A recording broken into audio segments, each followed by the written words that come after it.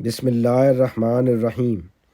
خلافت خامسہ کے امن پیغام کو پھیلانے کے لیے کار پر دنیا کا سفر۔ قسط سوم۔ ناروے کے مقامی اخبار میں تذکرہ اور زمین کے کنارے پر تبلیغ پیغام مسیح موعود۔ مبارک احمد صاحب جو مورخہ 14 اگست 2023 کو جماعت کے امن کے پیغام کو پھیلانے کے لیے کار کے ذریعے سفر پر روانہ ہوئے تھے، مورخہ 1 اکتوبر کو جرمنی کے شہر ہیمبرگ سے 111 کلومیٹر دور شہر کیل کا سفر کیا۔ یہاں پہنچ کر شہر کے سٹی سینٹر میں پیغام امن دینے کی توفیق ملی۔ بعد ازاں 402 کلومیٹر کے فاصلے پر ڈنمارک کے شہر کوپن ہیگن کی طرف روانہ ہوئے۔ اگلے روز 2 اکتوبر کو کوپن ہیگن میں پیغام امن پھیلانے کا موقع ملا۔ یہاں سے فراغت کے بعد سویڈن کے شہر مالمو کی طرف سفر شروع کیا۔ کوپن ہیگن اور سویڈن کے درمیان چیک پوائنٹ پر پولیس کے روکنے پر موصوف کو انہیں بھی پیغام امن پہنچانے کی توفیق ملی۔ مورخہ 3 اکتوبر کی صبح مالمو کے سٹی سینٹر میں دنیا میں قیام امن کی اہمیت کو اجاگر کرنے کے بعد رات 9:30 بجے ناروے کے شہر اوسلو پہنچے۔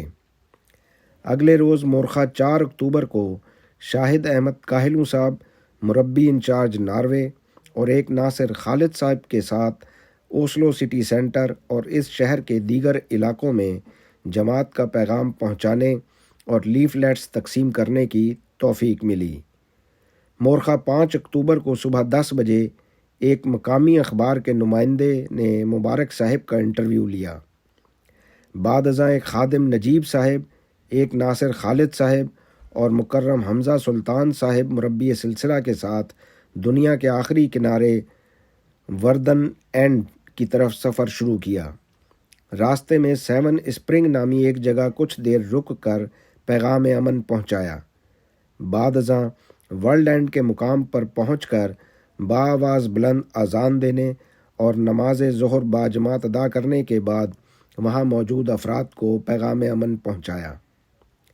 مورخہ 6 اکتوبر کو نوبل انسٹیٹیوٹ اوسلو میں امن کے نوبل پرائز کی تقریب کے موقع سے فائدہ اٹھاتے ہوئے انسٹیٹیوٹ کے باہر گاڑی پارک کی اور اس طرح یہاں سے کافی تعداد میں گزرتے لوگوں کو حضرت مسیح موعود علیہ السلام اور حضرت خلیفۃ المسیح الخامس ایدہ اللہ تعالی بنصرہ العزیز کی تصاویر اور پیغام امن دیکھنے کا موقع ملا۔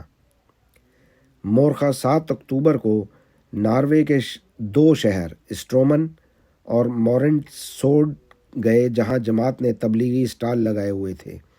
ان کے ساتھ مبارک صاحب نے بھی اپنی گاڑی پارک کر دی اور اس کے ذریعے لوگوں میں امن کی اہمیت کو اجاگر کیا۔ مورخہ 8 اکتوبر کو صبح سویڈن کے شہر اسٹاک ہوم کی جانب سفر شروع کیا۔ آواز اور رپورٹ لطیف احمد شیخ، نمائندہ الفضل انٹرنیشنل۔